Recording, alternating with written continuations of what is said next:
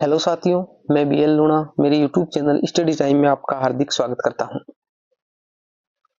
हम हिंदी साहित्य का इतिहास पढ़ रहे थे और वो हिंदी साहित्य का इतिहास जो 4 कालखंडों में विभाजित है, आदिकाल, भक्ति काल, रीति काल और आधुनिक काल। और उस आधुनिक काल के जो अलग-अलग पार्ट किए गए थे, भारतेंदु काल हो गया, द्विवेदी काल हो गया, छायावादी युग हो गया, प्रयोगवाद हो गया, प्रगतिवाद हो गया, उनको हमने अच्छे से देखा है।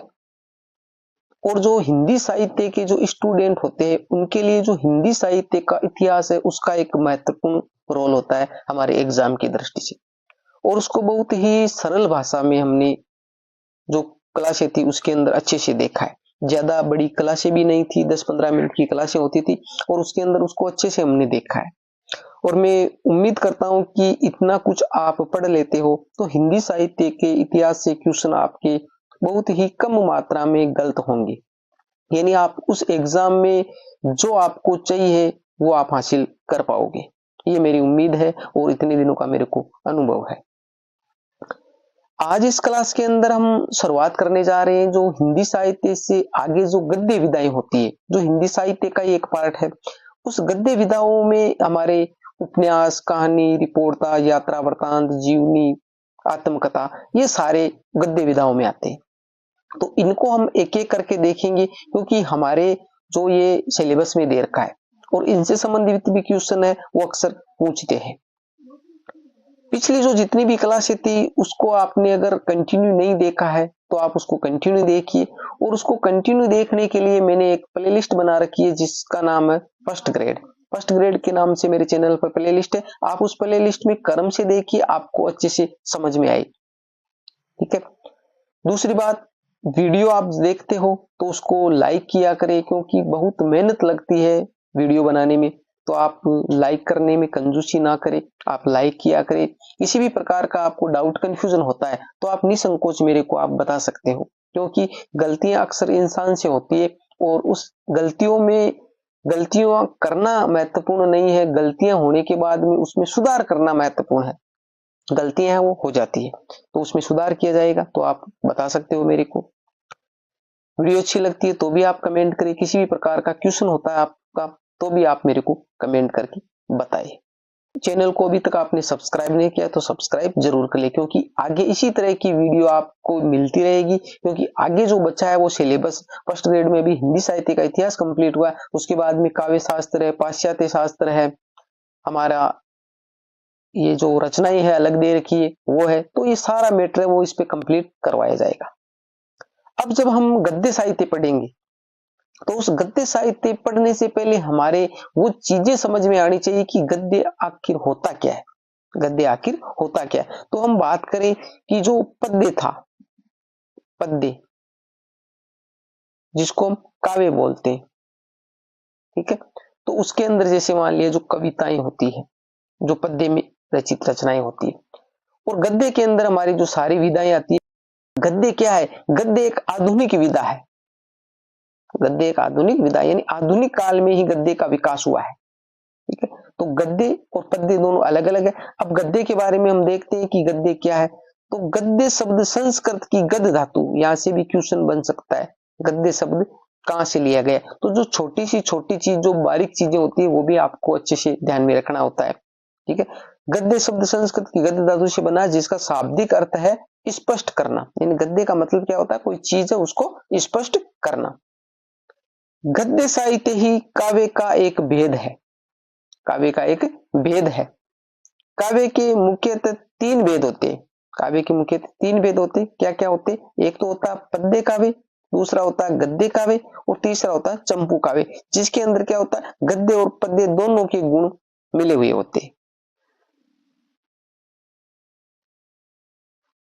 अब देखिए, पद्य है, गद्य है और चंपू काव्य। तो पद्य जो हमारी कविताएं, जो काव्य वो होता है, और जो गद्य है जिसके अंदर हम आगे हम पढ़ेंगे, जो उपन्यास है, कहानी है, वो सारे इसके अंदर आएंगे। और चंपू काव्य होते हैं जिसके अंदर हमारे गद्य और पद्य मिश्रित होते।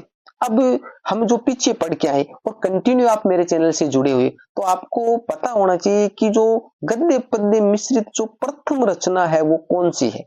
गद्य पद्य मिश्रित जो प्रथम रचना है वो कौन सी है। जब हम आदिकाल पढ़ रहे थे तो आदिकाल की जहां शुरुआत कर रहे थे उस टाइम मैंने आपको अच्छे से बताया है। अगर आप नियमित जुड़े हुए हो और आप अच्छे से तैयारी कर रहे हो तो आपको पता होगा। तो आप मेरे को कमेंट करके बताइए कि जो गद्य पद्य मिश्रित जो प्रथम रचना है जिसको चंपू काव्य बोला जाता है, मैंने आपको अच्छे से बताया, आप मेरे को कमेंट करके बताइए।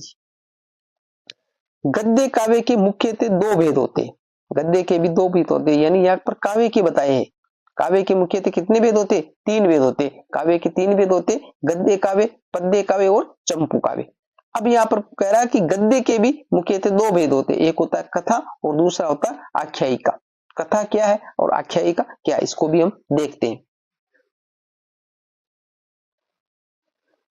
कथा किसी लेखक के द्वारा अपनी कल्पना के आधार पर रचा गया गद्य काव्य कथा कहलाता है। यानी कोई लेखक है उसके द्वारा जो कल्पना करके, क्योंकि आज जो साहित्य लिखा जा रहा है तो कल्पना ही तो हो रही है भाई, कल्पना होती है, कुछ हकीकत होती है, कुछ कल्पनाएं होती है, दोनों को मिश्रित करके एक जगह करके एक नया रूप उसको दिया जाता है। तो ये कह रहा है कि किसी लेखक के द्वारा अपनी कल्पना के आधार पर रचा गया गद्य काव्य कथा कहलाता है। यानी इसमें सिर्फ कल्पना ही होती है, हकीकत नहीं होता है। तो कथा क्या है? जो कल्पना पर आधारित है, लेखक के द्वारा लिखा गया। आख्यायिका क्या है? किसी लेखक के द्वारा ऐतिहासिक वृत्तांतों घटनाओं के आधार पर रचा गया गद्य काव्य आख्यायिका कहलाता है। तो कथा और आख्यायिका 2 रूप हो गए हमारे गद्य के। आगे जब हम देखेंगे, यानी ये मोटा मोटी जो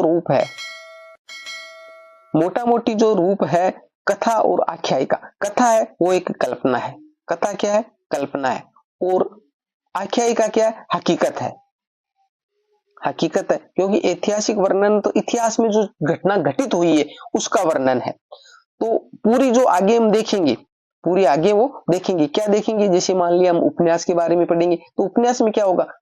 कुछ कल्पनाएं होगी, कुछ हकीकत होगी। कहानी पढ़ेंगे हम तो कहानी में क्या होगा? कुछ कल्पनाएं होगी, कुछ हकीकत होगी। आगे जीवनी आएगी तो जीवनी में भी कवि की जो हकीकत की जो जीवन होता है उसके बारे में वर्णन होता है।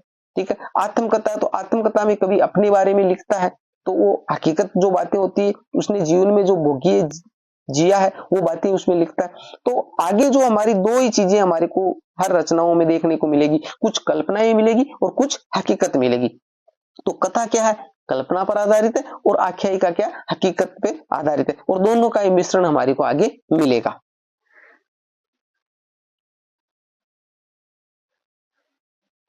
अब है आधुनिक हिंदी गद्य साहित्य का काल विभाजन। यानी आधुनिक जो हिंदी गद्य साहित्य है उसका अलग अलग काल विभाजन किया गया। जिस प्रकार हमारे हिंदी साहित्य का इतिहास था उसका काल का विभाजन किया गया था, उसको अलग अलग कालों में विभाजित किया गया था। तो मोटे रूप से हम देखें तो हिंदी साहित्य के इतिहास को 4 कालखंडों में विभाजित किया गया था। आदिकाल था, भक्ति काल था, रीति काल था और आधुनिक काल था। उसी प्रकार हमारे आधुनिक हिंदी गद्य साहित्य उसको भी 4 भागों में विभाजित किया गया है। कौन कौन से? पहला है भारतेंदु युग, अभ्युत्थान काल। अभ्युत्थान काल कहो या भारतेंदु युग कहो, दोनों एक ही चीज है। तो यहाँ शुरुआत गद्य की है, वो हमारे क्या है? एक आधुनिक है। वो गद्य क्या है? आधुनिक है। पुरानी हमारे रीति काल, भक्ति काल, आदि काल में गद्य नहीं था, तो आधुनिक काल में गद्य है। तो आधुनिक काल की शुरुआत हमारे कहां से होती है? भारतेंदु युग से होती है। तो शुरुआत भारतेंदु युग से की है। तो पहला जो गद्य में जो कालखंड किया गया वो है भारतेंदु युग या अभ्युत्थान काल, जो अभी उदय हुआ है। 1843 ईस्वी से लेकर 1893 ईस्वी से हमारा भारतेंदु युग है, वो कहां से शुरुआत हो रही थी? 1850 ईस्वी से हो रही थी। 1850 ईस्वी से हो रही थी। और यहाँ पर क्या हो रहा है? जो भारतेंदु युग या अभ्युत्थान काल है, जो आधुनिक काल में जो गद्य का जो साहित्य का विभाजन किया गया उसकी बात हो रही। तो ये हमारे 1843 ईस्वी से लेकर 1893 ईस्वी तक माना गया है। तो वहां हमारे 1900 ईस्वी तक माना गया। तो लगभग वही कालखंड है। उसके बाद में हम आगे आते तो हमारा दूसरा काल आया द्विवेदी युग। तो भारतेंदु के बाद में द्विवेदी युग आया। द्विवेदी युग कहो या उसको परिष्कार काल कहो। परिष्कार का मतलब ऐसे माजना होता है शुद्ध, तो ठीक है। तो परिष्कार काल कहो। 1893 ईस्वी से लेकर 1918 ईस्वी तक, 1893 ईस्वी से लेकर 1918 ईस्वी तक हमारा क्या माना गया था? द्विवेदी युग माना गया है। और उसमें देखिए हम तो वहां पर क्या हो रहा था, 1900 से लेकर 1920 तक था, 1900 से लेकर 1920 तक था। और यहाँ पर 1893 से 1918 ईस्वी, तो लगभग सेम सी चल रहा है, कोई ज्यादा इसमें फर्क, 1 2 3 4 वर्षों का फर्क है। अच्छे से आपको याद करना है। उसके बाद में हमारा है छायावादी युग, छायावादी युग जिसको उत्कर्ष काल कहा जाता है। ठीक है, तो ये भी नाम आपको याद रखना है। 1918 ईस्वी से 1938 ईस्वी तक था। अब देखिए छायावादी युग है वो 1900 हमने 20 से लेकर 1936 के इस बीच में माना था। और एक विद्वान था, उन्होंने 1918 से 1938 के बीच में भी माना था। 1918 से 1938 के बीच में छायावादी युग की जो समय सीमा मानने वाले विद्वान कौन थे, आप मेरे को कमेंट करके बताइए। ठीक है, मेरे को पता है, पर मैं आपसे पूछ रहा हूं कि आप कंटिन्यू मेरे से जुड़े हुए, तो आप मेरे को बताइए 1918 से 1938 तक मानने वाले वो विद्वान कौन थे। फिर आता है अद्यतन युग जिसको वर्तमान काल कहा जाता है। 1938 ईस्वी से अब तक, 1938 से आगे तक का अब तक, यानी वहां पर छायावाद के बाद में अलग अलग जो काल आए, अलग अलग जो काल आए, प्रगतिवाद, प्रयोगवाद, नई कविता, साटू, तो वो इनमें नहीं किया, सीधा ही अद्यतन काल युग या वर्तमान काल जो 1938 से लेकर अब तक का जो है वो सारा एक में ही किया गया। तो ये जो 4 काल क्रम दिए गए हैं आधुनिक हिंदी गद्य साहित्य के, इसको आपको अच्छे से याद करना है और इनकी जो समय सीमा है वो आपको अच्छे से याद करना है। ठीक है, अब आगे इसके बाद में हम पढ़ेंगे भारतेंदु युग के पूर्व का हिंदी गद्य साहित्य, यानी या तो भारतेंदु युग, भाई भारतेंदु युग है वो आ गया, तो भारतेंदु युग में अचानक से तो कोई चीज पैदा, हमने पढ़ा है भाई जो काल होता है उस काल की शुरुआत है अचानक से नहीं होती है, कि जैसे मान लिया हम आज रात को सो गए और सुबह जब उठे तो एक नया काल पैदा हो गया, ऐसा नहीं होता है। क्योंकि जो काल है उसका जो विभाजन है वो पीछे से चली आती हुई जो परंपराएं होती है उसमें कुछ ना कुछ धीरे धीरे परिवर्तन होता है, और एक परिवर्तन होकर ही नए काल का उदय होता है, अचानक से नहीं होता है। तो ये कह रहा है कि हमने जैसे आधुनिक हिंदी गद्य साहित्य में जो काल का विभाजन किया है, तो वहां पर भारतेंदु युग है, वहां से हमने शुरुआत की है कि गद्य साहित्य की शुरुआत हमने भारतेंदु युग से की है। तो क्या भारतेंदु युग से पहले कोई गद्य साहित्य नहीं लिखा गया? हमारे दिमाग में ऐसी विचार कैसे आई? भाई गद्य साहित्य के विचार कहां से आई? कुछ तो हमने देखा होगा कि उसके आधार पर हमने आगे शुरुआत की है। तो उसमें कह रहा है कि भारतेंदु युग के पूर्व का हिंदी गद्य साहित्य, यानी भारतेंदु युग से पहले भी कोई गद्य साहित्य लिखा गया था, तो वो कुछ लिखा गया, उसके बारे में भी हम अध्ययन करेंगे। तो इसके बारे में हम अध्ययन अगली जो क्लास है उसके अंदर करेंगे। इसमें हमने जो इस क्लास थी उसके अंदर हमने देखा है कि जो गद्य साहित्य क्या है, गद्य का क्या मतलब होता है, गद्य का जो काल विभाजन है वो हमने किस किस कालखंडों में किया है, इसके बारे में अच्छे से समझा है, यानी एक प्रारूप तैयार किया कि गद्य आखिर है क्या। अगली क्लास के अंदर हम देखेंगे कि जो भारतेंदु युग से पहले कौन कौन सा गद्य है जो लिखा गया, और वही देखेंगे जो एग्जाम की दृष्टि से महत्वपूर्ण, अक्सर एग्जामिनर की नजर वहां पर पड़ती है। उम्मीद करता हूं ये क्लास आपको अच्छी लगी होगी। किसी भी प्रकार का डाउट कंफ्यूजन होता है, मैं हर क्लास में आपसे ये निवेदन करता हूं कि किसी भी प्रकार का आपको कोई डाउट कंफ्यूजन होता है तो आप मेरे को निसंकोच बता सकते हो। मेरे को आप अगर गलती बताते हो तो उस पर कोई किसी भी प्रकार की नाराजगी नहीं है। आप मेरे को गलती बताते हो तो मैं उसमें सुधार जरूर करूंगा, ठीक है, क्योंकि गलतियों में सुधार होना बहुत जरूरी है। तो आप मेरे को गलती के बारे में जरूर बताइए, और वीडियो पसंद आती है तो आप लाइक भी जरूर करें। लाइक करने में आप कंजूसी करते हो, कंजूसी ना करें, लाइक जरूर करें। मिलते हैं अगली वीडियो में, तब तक के लिए जय भीम, जय भारत।